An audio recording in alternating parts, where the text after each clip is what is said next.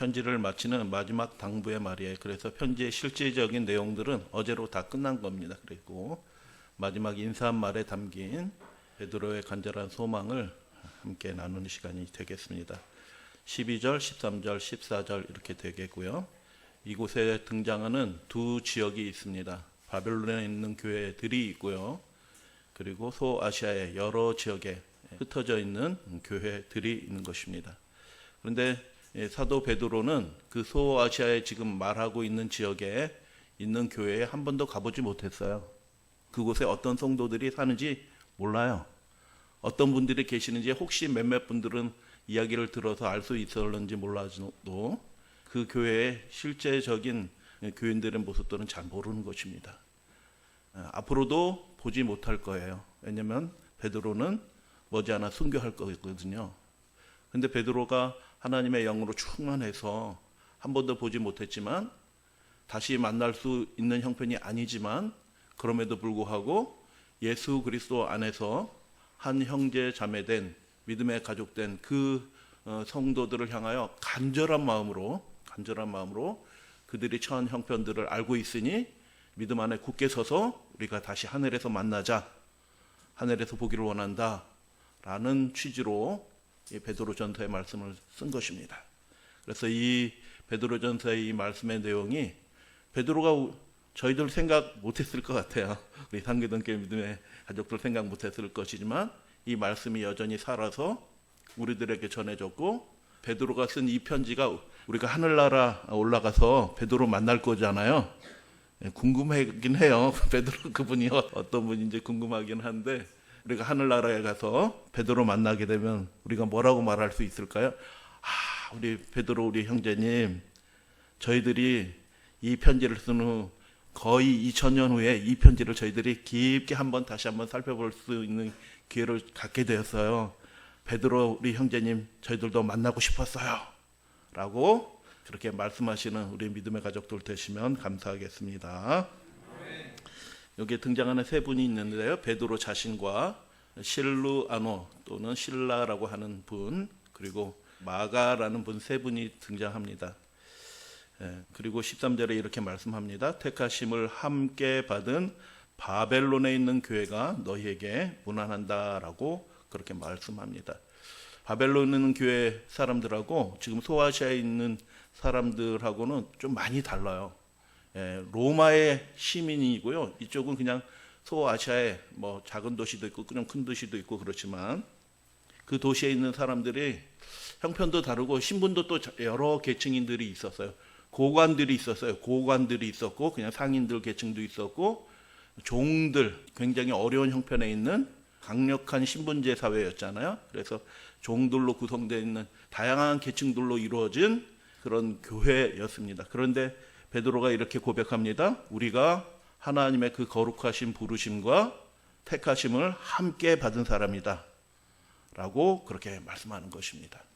그래서 여러분, 우리가 한번 보고 또는 다시 보지 못할 사람일지라도 우리가 우리를 택하신 하나님 안에서 한 형제 자매 믿음의 가족된 사람들이다라는 것을 늘 기억해 주시고, 오늘 특창하시고 기도해 주시고, 그리고 안식일학교 시간에 성도님이 간증해 주신 것처럼 그렇게 우리가 서로를 격려하면서 믿음의 여정을 모두 다 완주하시는 우리 믿음의 교회가 될 수 있도록 힘을 내주시면 감사하겠습니다. 아멘. 대표적인 도시 이미지를 하나 가져왔어요.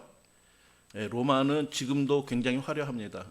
로마 제가 한번 살펴보려고 개인적으로 이렇게 가본 적이 있었는데, 로마에서 일주일을 보냈습니다. 볼 것이 너무 많고 굉장한 신앙의 유적지도 있고 그렇기 때문에 가서 봤는데, 반대로 가파도기아, 대표적으로 가파도기아라는 지역은 굉장히 험악한 지역이고 사람이 살기가 좀 어려운 지역인데, 우리가 어떤 분들은 좀 이렇게 삶에 좀 여유를 가지고 살아가시는 분도 계시고, 우리 가운데 어떤 분들은 좀 삶의 여유가 좀 없으시고 굉장히 좀 투쟁하시면서 힘들게 살아가시는 분들도 있을 수 있어요. 근데 여러분, 그것들은 차이가 아니에요. 여러분, 그렇게 좀 기억해 주시면 좋겠습니다. 우리가 이 땅에서 조금 더 좋아 보이는 거, 누리는 거, 조금 더 열악한 환경에서 살아가는 것, 이건 차이가 아니에요. 사실은 하나도 차이가 아니에요. 이곳에서도 시험이 있고 이곳에서도 시험이 있고 이곳에서도 감사할 이유가 있고 이곳에서도 감사할 이유가 있어요. 신앙의 본질은 우리가 개인적으로 예수님과 연결돼서 우리가 어떤 믿음을 살아가느냐가 중요한 것이지, 이 세상에서 좀 조건, 저희 부모님이 그런 부모님이었기 때문에 좋은 조건으로 태어나신 분들도 계셔요. 그죠? 근데 어떤 분들은 그렇지 못한 분들도 계시거든요. 근데 그것은 차이가 아니다. 하나님이 나를 개인적으로 만나주시고 하나님의 백성으로 택해 주셨으니 그것이 내 인생에 이미 최고의 복을 누리게 되었다라고 그렇게 생각해 주시면 감사하겠습니다. 극한의 고통을 혹시 당하는 사람이 있을지라도 그 상황 속에서도 하나님의 은혜는 멈추지 않는다라는 것입니다. 우리는 혼자가 아닙니다. 택하심을 함께 받은 주님의 교회이기 때문입니다.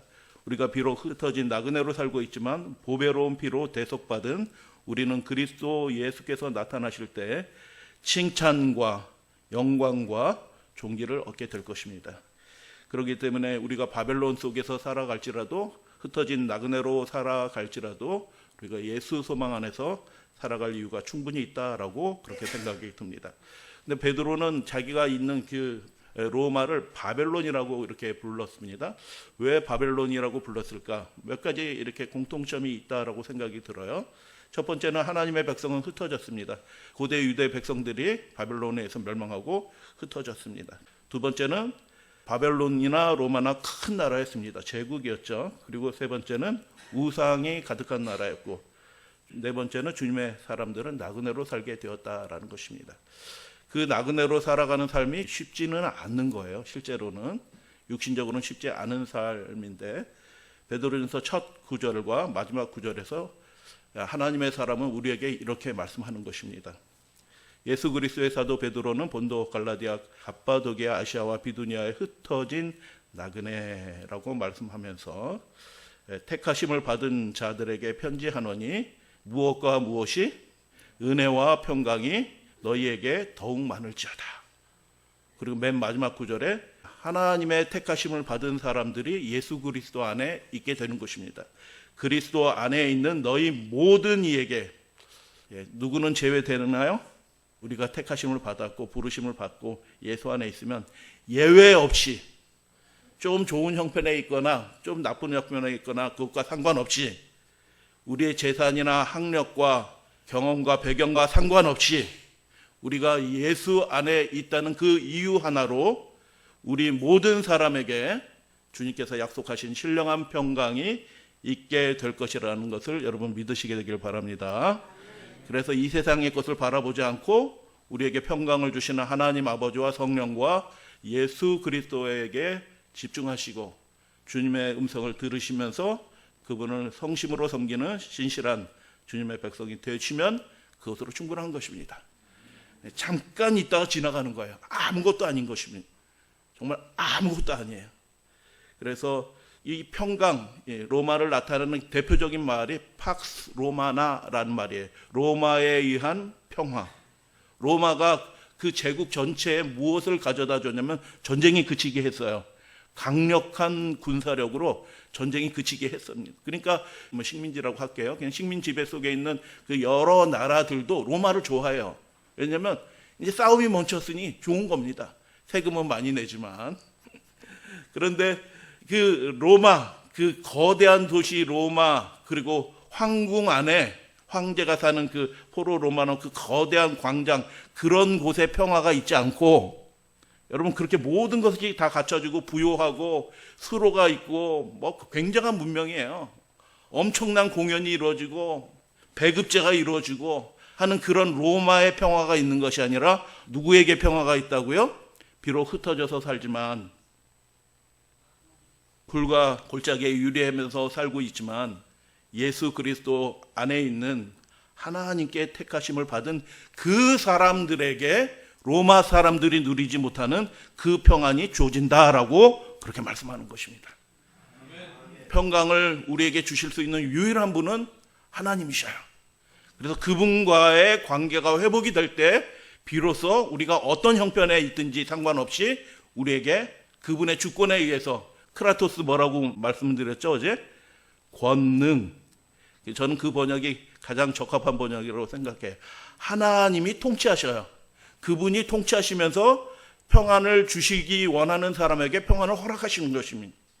지켜주시는 거예요. 보호해 주시는 거예요. 그래서 하나님의 그 통치하심이 임하는 그 사람들에게 비로소 아무런 차별 없이 모든 사람들에게 평강이 주어질 것이다 라고 약속한 이 말씀이 지금 우리에게도 이루어지고 있다라고 저는 그렇게 믿고 있어요. 베드로전서 5장의 말씀에 이런 말씀이 있어요. 대적 마귀가 뭐 하는 존재가 마귀예요? 루스벨을 나타내는 여러 말이 있잖아요. 사탄이라고도 하고 마귀라고도 하고. 그런데 마귀가 헬라어로 디아볼로스예요. 디라는 말은 둘이란 뜻이거든요. 사탄이란 말은 대적자는 뜻이에요. 그러니까 자꾸 대적하는 거예요. 하나님과 그분의 백성을 대적할 때는 사탄이에요. 그런데 마귀라고 할 때는 마귀는 뭐 하는 존재냐 하면 디아볼로스, 둘로 자꾸 나눠요. 성도들 사이에 교회 안에 자꾸 들어와가지고 에덴 동산에 들어와서 하나님과 그분의 사람을 이렇게 분리시켰잖아요, 마귀가. 야, 교묘해, 아주. 교묘해. 그래서 뭐 살짝 그렇게 하더냐? 이렇게 하면서 남편과 아내의 마음을 분리시키고 부모와 자녀들의 마음을 분리시키고 교회 성도들 간의 분열을 가져오고, 세상에서도 마찬가지예요. 교회 안에서만 그렇게 하는 게 아니라 세상 속에도 역사가 가져가지고 나라가 분열되도록 만드는 그 존재는 누구예요?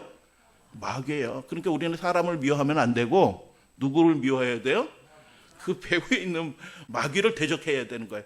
깨어서 마귀를 대적해야 되는 것입니다. 그래서 우리 가운데 분열의 영이 혹시 이렇게 들어오더라도 우리는 우리 주 예수 그리스도를 바라보면서 견고한 진을 갖춰서 절대로 분열되지 않고 흩어지지 않는 믿음의 가족이 되어주시면 감사하겠습니다. 그 일을 하는데 누가 제일 중요할까요? 아까 세 사람 이제 얘기할 겁니다. 누가 중요하지 않고 우리 모두가 다 중요하다. 어린이도 중요하고요. 어린이들이 생각할까요? 제가 뭐 교회를 위해서 할 일이 있을까요? 있어요. 그래서 대적마귀가 우는 사자같이 두루 다니며 삼킬 자를 찾는 그곳에서, 마귀의 수도에서, 마귀의 심장에서, 마귀가 통치하고 있는 아시아의 그 각도에서 어떻게 우리가 평강을 누릴 수 있을까? 어제 말씀을 나눴어요. 하나님께서 그분의 대권으로 약속해 주신 4가지 약속을 주님께서 우리에게 이렇게 말씀하십니다. 그분이 우리를 온전케 하실 것이다. 그분이 우리를 굳건하게 하실 것이다. 그분이 우리를 강하게 하실 것이다. 그분이 우리의 터를 견고하게 하실 것이다 라고 약속하신 이 말씀대로 이 마지막 시대도 그렇게 이루어질 줄로 믿습니다. 그래서 서로 보지 못하지만 소식은 들어요. 그래서 그 도에 있는 성도들이 어떤 지역에 교회가 생겼더라. 그러면 함께 기도하는 거예요. 어떤 지역에 무슨 일이 생겼더라. 그리고 어떤 지역에 예를 들어서 예루살렘 교회에 기근이 들어서 예루살렘 교회에 굉장히 사람들이 어렵더라 하면 어떻게 해요? 다른 지역에 있는 사람들이 기금을 모아요. 기금을 모아서 넉넉하게 모아요. 그렇게 모아가지고 사람 인편으로 해서 도와주는 거예요. 넉넉하게 도와주는 거예요. 그러니까 예루살렘 교회와 아시아에 있는, 그리고 마게도니아에 있는 교회, 또 로마에 있는 교회가 서로 볼 일이 없어요. 볼 일이. 누가 있는지도 몰라. 근데도 어떻게 해요? 그들은 예수 그리스도 주님의 이름 안에서 진짜 한 형제보다도 더 가까운 그런 영적인 관계, 영적인 네트워크를 이루면서 살고 있는 아름다운 교회가 전 세계, 월드와이드, 세계적인 교회가 몇 년 만에 생긴 거예요? 지금 베드로전서 몇 년경에 써졌어요? 60년대에 써졌어요. 60년, 65년, 66년. 그러니까 예수님이 승천하신 후 30년 만에 이런 교회가 탄생했어요. 이야. 사람이 그런 조직 만들 수 있을까요? 여러분, 로마도 그런 조직을 못 만들었어요. 로마도. 그러니까 강제로 세금 징수하는 거거든요. 근데 로마도 그 강력한 제국과 문명과 힘을 가진 로마도 이루지 못한 그 놀라운 그 사회적인 네트워크를 이룬 집단이 있는데, 그 집단이 누구냐면 예수를 주로 섬기는 그리스도인이라고 부른 사람들이에요. 그러니까 이 사람들은 아주 특별한 사람들이에요. 이 사람들이 이 사회와 그 제국의 미래의 진짜 모습을 보여주는 사람들이에요. 그냥 단순히 신앙인이 아니고 진짜 아름다운 사회와 시민의 모습을 보여주는 진짜 멋진 사람들의 모습을 지금 누가 보여주고 있냐면 예수님을 주로 섬기는, 흩어져 있지만 고난 가운데 있지만 형편은 다 다르지만 이렇게 서로 연결되어 있는 하나의 영으로 하나의 마음으로 연결되어 있는 그 사람들이 그렇게 보여주고 있는 것입니다. 교회가 그래서 천국인 거예요, 사실은. 주님은 교회 안에 오면 우리가 마음으로 영으로 서로 연결하고 지지해주고 돕고 이렇게 함께하는 이 곳이 우리 하늘을 미리 맛보는 아름다운 곳이라고 저는 생각이 듭니다. 5장 12절 내가 신실한 형제로 아는 실루아노로 말미암아라고 편지를 써서 보내는 거예요. 그래서 무슨 소식 들었는데 그냥 기도하고 그냥 마치는 것이 아니라 정말 소통하는 거예요. 그 편지를 가지고 거기까지 가는데 얼만큼 걸렸을까요? 그 편지가 또 회람해서 돌아다니잖아요. 제가 그 터키를 한번 가봤는데 제가 깜짝 놀랐습니다. 중국도 가봤는데 중국도 뭐 깜짝 놀랐는데 그 넓은 땅에서 가도 옥수수 밭이더라고요. 야, 그런데 중국에 갔을 때보다 더 놀란 게 터키 갔을 때 놀랐어요. 가도 밀밭이에요. 그냥 사방이 그냥 다 밀밭이야. 지평선이 지평선이 밀밭이야. 가도 하루 종일 가는데 다 밀밭이야. 이렇게. 세계에서 밀이 제일 많이 나는 곳이 어딜까요? 바로 그 지역이에요. 그럼 넓다는 뜻이에요. 백두산보다 높은 곳도 있어. 그 넓은 곳에 베드로가 이 편지를 써서 보냈잖아요. 그러면 그 편지를 가지고 전달하는 실로아노 같은 신실한 형제가 있어요. 이 말씀을, 이 소식을 함께 나누면서 찾아다니는, 너무너무 감사한 일이 아닌가요? 누가 시켰어요? 보수 주는 것도 없어요. 그런데도 예수님을 사랑하는 그 마음 하나로 그 먼 곳까지, 저는 한 달 이상 걸렸을 것 같아요. 그 편지 전달하는 과정마다. 그런데도 그 어렵고 힘든 길을 마지 않고 기쁜 마음으로 우리가 예수 이름 안에서 사랑으로 하나로 다 연합된 모습을 이 마지막 장면에서도 보고 있다라는 생각이 듭니다. 그래서 우리를 이렇게 변화시킨 분은 누구이시냐면 하나님이시다. 그분의 놀라운 은혜 때문에 우리가 서로 다른 사람들이었지만 하나로 연합해서 믿음 안에서 굳게 서는 믿음의 가족이 되게 하신 분은 하나님이시다라는 생각을 하게 됩니다. 그래서 순회 선교사가 있었어요. 디모데서에 보면은 장로들의 자격에 대해서 말하면서 나그네 대접 잘하기를 이렇게 되어 있습니다. 그러니까 어려운 형편 잘 도와주는 사람이 장로님이 아니고 여기서 나그네는 누구냐면 이렇게 순회 전도자들이에요. 예수 이름 가지고 그 복음을 전해서 이 도시 저 도시 다니는 그 사람을 나그네라고 그래요. 근데 그 어느 도시에 갔어. 그럼 잘 곳도 없고 먹을 곳도 없어. 그때 어떻게 해야 된다고요? 교회가 그 사람들을 잘 섬기는, 교회 지도자들은 그런 사람들을 잘 섬겨서 하나님의 나라가 잘 세워지도록 그렇게 하는 사람들이 교회 지도자들이다라고 그렇게 말씀합니다. 이렇게 선교사만 그렇게 한 것이 아니라 평신도들도 이곳저곳 다니면서 복음을 전해요. 그 중에 아주 탁월한 사람이 브리스길라와 아굴라라는 평신도였잖아요. 그리고 편지가 오가고 소식이 오가고 그래서 지금 그 교회가 어떤 형편에 있는지 다 알면서 위하여 기도하고 도울 일이 있으면 함께 은혜도 나누고 재정적인 것도 나누고 그렇게 하는 것입니다. 누가 감옥에 갇혔어요? 그러면 어떻게 해요? 마태복음 25장에 나오잖아요. 양과 무슨 비유? 염소의 비유. 근데 염소들은 어떻게 했어요? 줄이거나 옥에 갇혔는데 안 돌아봤잖아요. 근데 거기서 줄이거나 옥에 갇힌 사람들이 누구냐면 그냥 보통 사람이 옥에 갇히겠어요. 거기에서 말하는 사람들은 지극히 작은 자라고 불려진 그 로마 세상 속에서 아무도 주목하지 않았던 지극히 작은 자라고 불려졌던 그 순회 전도자들이었어요. 줄였어요. 먹을 것 없이 복음 들고 그냥 나가는 거예요. 그들이 억울한 누명을 모함을 받아서 감옥에도 갇혔어요. 그때 누가 와서 이렇게 전화하다가 갇혔대. 그런데 한 번도 보지 못한 우리 동네 사람도 아니지만 그들이 예수 그리스도라는 이름 안에서 정말 한 형제처럼 그들을 찾아가서 돌보는 거예요. 그 아름다운 이야기들이 성경 도처에, 신약 성경 도처에 이렇게 나오는 것입니다. 진짜 아름다운 모습이에요. 그래서 주님께서 택하신 이 집단은, 교회는 하나님의 영과 예수 그리스도의 사랑이 살아있고 그 산 소망 안에서 우리가 하나로 연합된 곳이기 때문에 세상에서는 도무지 누릴 수 없는, 정말에 그래요. 세상에서는 진짜 누릴 수 없는 그 완전한 은혜와 평강을 누릴 수 있는 하나님께서 택하신 그분의 기관이다라고 우리가 보게 되는 것입니다. 그이들이 모였는데 가정교회로 모였잖아요. 오이코스, 이렇게 조그만 곳도 있겠지만 큰 곳도 있어요. 대저택에서도 모이기도 하였습니다. 그걸 오이코스 집이라고 얘기하는데, 그 집은 그냥 단순히 예배 장소로서 집이 아니라 그 집은 어떤 집이냐 하면 전 세계적인 그리스도인들의 네트워크의 중심점, 기점이 되는 곳이 그 집이었다. 그래서 우리 사랑하시는 우리 상계동교회 믿음의 가족들의 집도 이렇게 서로 연결되고 만남이 이루어지고 소통이 이루어지는 그렇게 열린 공간이 되기를 주님의 이름으로 축복합니다. 고난을 통과하게 해갖고 왕같은 제사장으로 살게 하나님께서 우리에게 은혜 주셨어요. 그래서 12절의 말씀을 보면 이것이 하나님의 참된 은혜임을 증언하노니 너희는 이 은혜 위에 굳게 서라라고 그렇게 말씀하는 것입니다. 이렇게 굳게 서라라는 말씀은 군대 용어예요. 군대 용어.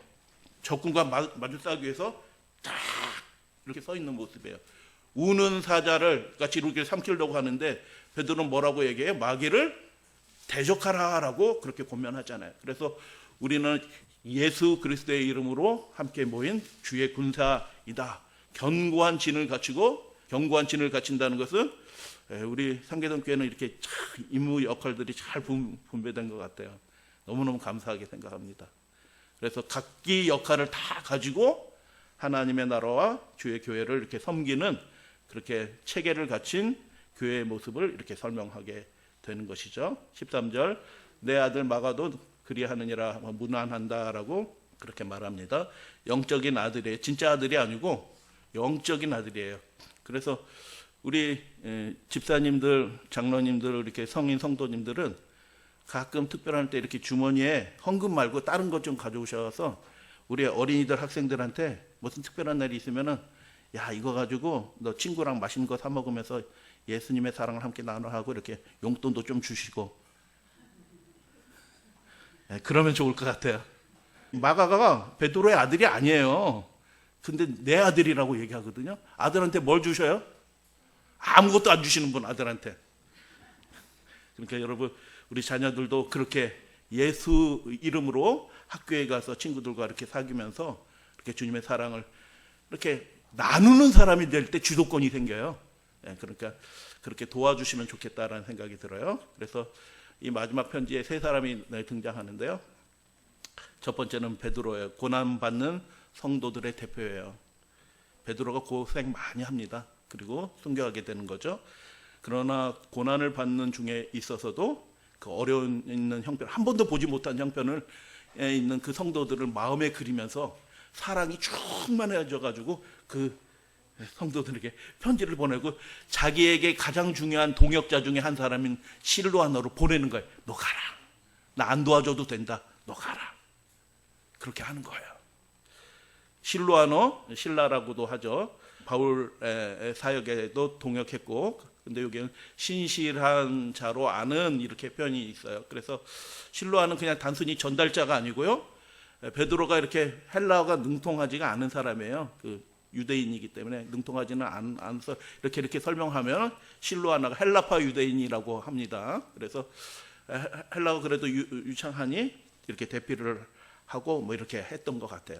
근데 단순한 대필자나 편지 전달자가 아니라 여기 신실한이라는 말이 기록이 된 사람이에요. 믿을 수 있다는 뜻이잖아요. 실로아노가 있는지도 모르는 사람들이 있어요. 한 번도 보지 못한 뭐 아시아 지역의 도시들을 다 베드로도 못 갔는데 어떻게 다 갔겠어요? 그런데 갔을 때 베드로가 추천하는 거예요.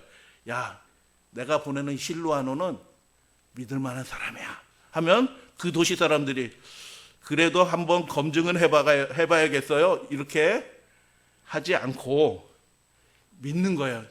예수님 안에서 우리가 한 믿음과 소망을 가진 사람으로서 탁 이렇게 추천하면 그 사람 그냥 전적으로 받아들이는 거예요. 그래서 하나님께서 뜻이 있어서 필요가 있어서 그렇게 해 주셨다라고 믿음의 눈으로 그렇게 받아들여 주시면 감사하겠습니다. 그래서 베드로를 돕는 신실한 동역자가 있었다. 상대적으로 젊었어요, 베드로보다는. 그리고 베드로가 영적인 아들이라고 얘기하는 믿음의 다음 세대, 우리 어린이들, 이 세 사람 중에서 우리 어린이들, 학생들은 어느 그룹에 속한 사람이에요? 이 세 사람 중에서? 실로 안으로 가셔도 돼요, 바로.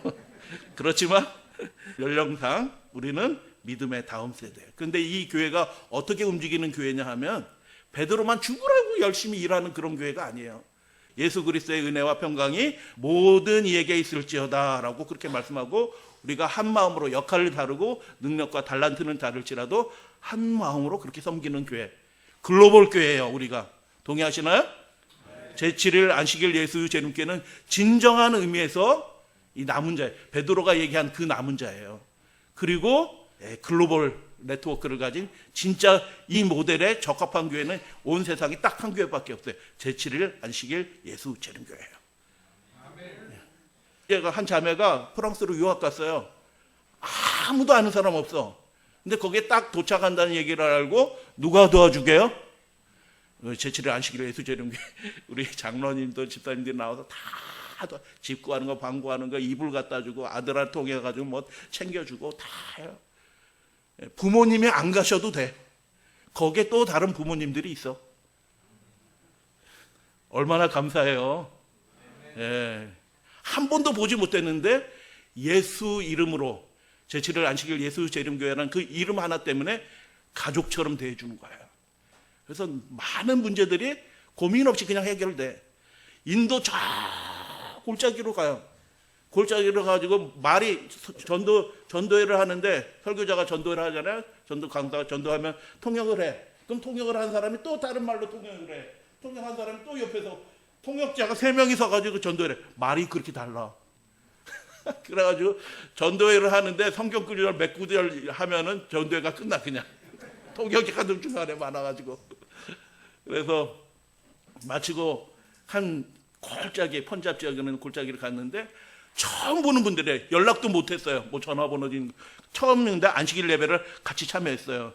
근데 그 교회는 영어로 예배를 드리는 뭐 인도 교회지만 영어로 예배를 드리더라고요. 안교 교과도. 그래서 하는데 그분들이 갑자기 한국에서 온 젊은 대학생들, 청년들이 이렇게 쫙 이렇게 왔는데 당황하지 않고 정말 감사한 마음으로 환대해 주면서 함께 교제 나누고, 그래도 말은 잘 안 통하더라고요. 근데 인도 음식 여러분 맛있어요? 맛없어요? 우리가 먹는 카레는 맛있는 카레. 근데 제가 뭐 여러 나라를 이렇게 뭐 기회가 돼서 갈 수 있는 기회가 있었는데 웬만하면 잘 먹거든요. 근데 인도 음식은 먹기 힘들어, 진짜. 향신료가 너무너무 이렇게 독특하고 세가지고 먹기 힘든데, 안식일 날 오후에 파트락을 이렇게 쫙 하는데, 우리 교회는 전 세계 어디 가든지 상관없이 먹을만해. 상관없이 다 먹을만해, 진짜로. 그래서 마지막 인사를 나누면서 베드로가 나는 실로아 너를 너에게 보낸다. 그리고 내 아들 마가도 인사를 나눈다 하는 이 세 사람의 모습은 우리가 함께 연합한 아름다운 글로벌 공동체로서의 교회의 모습을 우리가 보여줘요. 여러분, 이 교회의 일원이 되셨다는 것은 한 신앙인의 한 사람으로서 산다라는 그 의미 이상이다라는 것을 다시 한번 생각하게 됩니다. 베드로가 자신을 이렇게 이야기합니다. 1장 1절에서 자신을 예수 그리스도의 사도 베드로라고 소개합니다. 뭐 다른 말이 필요 없어요. 이 말의 의미가 무슨 뜻이에요? 나는 예수 그리스도의 사람입니다 라고 그렇게 소개하는 것입니다. 그거면 충분해요. 여러분, 우리는 어떤 사람이에요? 나는 무슨 대학 다니는 사람이에요. 고향은 어디예요? 뭐 우리 부모님은 누구예요? 제가 아는 사람 중에서 이런 사람이 있어요. 이런 말 다 필요 없는 것입니다. 우리를 정말 산소망 있게 해주시고 은혜와 평강을 주시는 분은 누구셔요? 예수 그리스도예요. 그래서 우리가 세상에 나가서 살지라도, 학교에서나 직장에서나 어디에서나 시장에서 사람을 만날지라도 우리 자신을 어떤 사람으로 우리가 여기면서 살아야 돼요? 나는 예수 그리스도의 사람입니다 라고 그렇게 살아주시면 감사하겠습니다. 두 번째 실로아는 신실한 형제, 아주 좋은 형제, 우리도 그렇게 되길 원하고, 바울에게 디모데가 있었던 것처럼 베드로에게는 마가가 있어요. 그러니까 여러분, 믿음의 다음 세대가 이어져 나가야 되는 거예요. 믿음의 다음 세대가 계속 잘 양육해 하셔서 이 상계동 교회는 너무너무 감사한 교회고 희망이 있는 교회 같아요. 좋은 목사님 계시고요, 진실하신 목사님이셔요. 이렇게 지나보면 알아요. 이분이 진실하다 아닌다는 거는 좀 지나보면 금세 표시나. 우리 장로님들 기도들, 한 주간에 장로님들과 집사님 기도 들으면서 제가 은혜 받았어요. 너무 좋은 교회.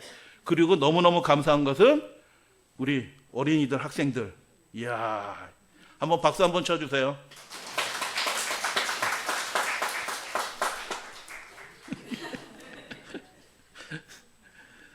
그래서 믿음의 다음 세대가 있는 교회에서 초기 교회는요, 숫자는 많지는 않았어요. 제국의 아주 일부였어요. 그렇지만 이 사람들이 로마가 이루지 못했던 진정한 인간 공동체를 보여주는 거예요. 그 일들을 이루실 분은 누구냐? 제도로 이루어지는 게 아니에요. 무력으로도 이루어지는 것이 아니에요. 교육으로, 문명으로 되는 것도 아니야. 누가 있어야 돼요? 예수 그리스도, 그분이 우리 가운데 있으면 그 불가능한 일, 제국도 이루지 못했던 그 일들을 자연스럽게 우리 가운데 그 모습들이 생겨난다. 야, 최고인 것입니다. 최고. 그래서 초기 교회의 모습을 단적으로 보여주는 이 세 사람이라고 생각이 들어요. 베드로는 로마에 가서 죽습니다. 야고보는 시체가, 그 죽은 시신이 스페인의 서바나까지 가게 됩니다. 도마는 인도로 가서 순교해요.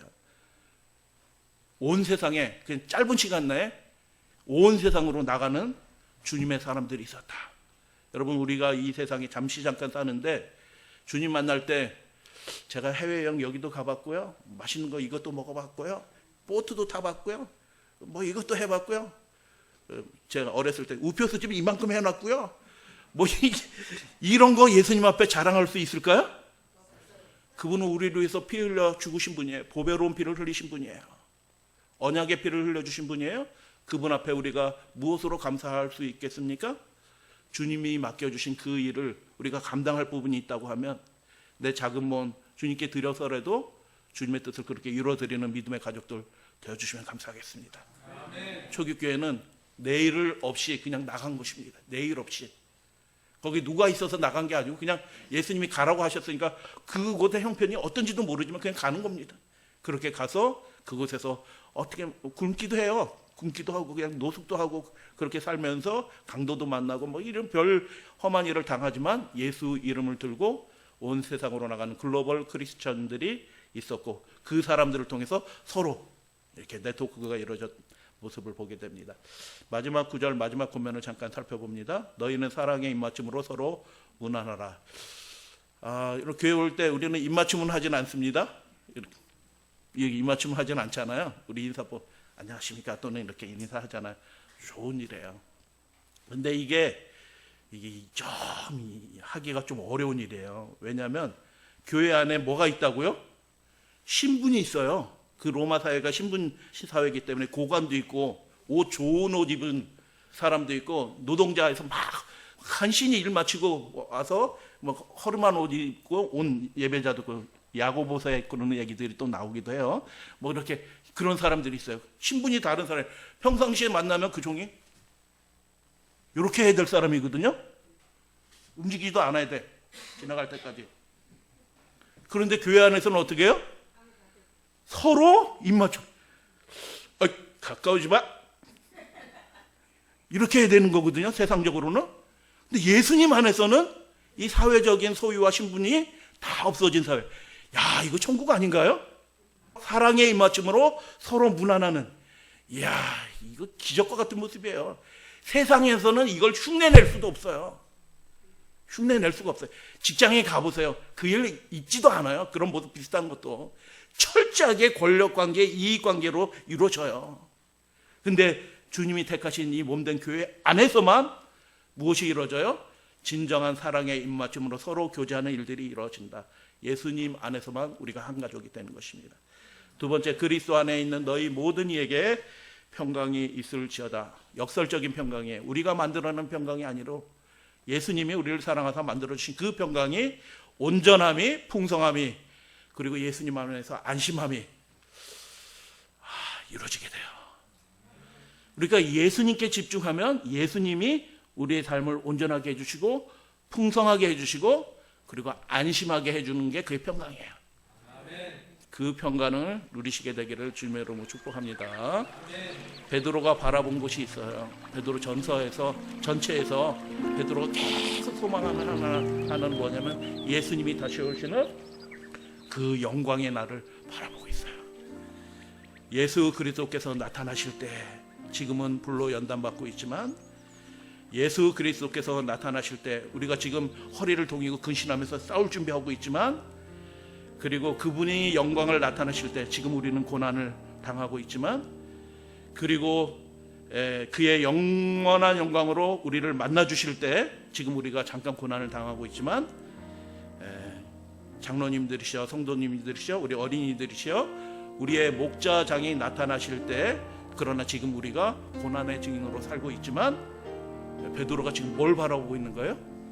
나를 위해서 죽으시고 부활하시고 승천하신 예수 그리스도 사랑하시는 그분이 빨리 다시 오시게 되기를 바라는 마음으로 베드로전서 전체를 쓰고 있다라는 것입니다. 그래서 베드로서를 읽어보면 야 베드로 안에 누가 살아계신다? 예수님이 정말 살아계시는구나. 베드로 그는 1장 1절에서 말씀한 것처럼 정말 예수 그리스도의 사람이었구나. 행복한 사람이었구나 라는 것을 보게 됩니다. 우리 학생들, 어린이들 그리고 우리 성도님들 우리가 예수 그리스도의 사람으로 살아가는 것이 우리 인생의 최고로 아름다운 모습이 나뿐만 아니라 우리 가정뿐만 아니라 우리 교회가 이 대사회적으로 이 무너져가는 이 바벨론 세상 속에서 진정한 아름다운 사람의 모습, 만남의 공동체의 모습을 회복하게 하나님께서 택하시고 불러주신 이 교회에 속하신 것을 진정으로 축하드립니다. 그리고 그 믿음을 굳게 지켜주시고 우리가 가야 될 곳은 이곳이 아니라 어떤 곳이 아니라 하나님 앞이다 여정을 그렇게 분명한 소망을 가지시고 살아가시는 우리 믿음의 가족들 되어주시면 감사하겠습니다. 베드로전서 5장 10절 우리가 그냥 단순히 낙원으로 인도함을 받는 것이 아니라 베드로는 이렇게 얘기합니다. 그분의 하나님의 영원한 영광으로 우리를 불러주셨다. 야, 하나님이 가지셨던 그 존귀와 영광과 아름다움 그 세계로 우리 연약했던 우리를 육신적으로 과거에는 세상 사욕에 매여서 그 욕심대로 살던 우리를 건져내시고 택하시고 불러주셔서 하나님의 백성 교회 삼아주셨고 그분의 영원한 영광으로 우리를 불러주셨다. 그 영광을 우리 주님께서 다시 오실 때 얻게 되실 때 여기 계신 모든 분들이 또 주변 분들과 함께 그 영원한 영광으로 함께 들어가시는 믿음의 가족들 되어주시기를 주님의 이름으로 축복하면서 말씀을 마치도록 하겠습니다.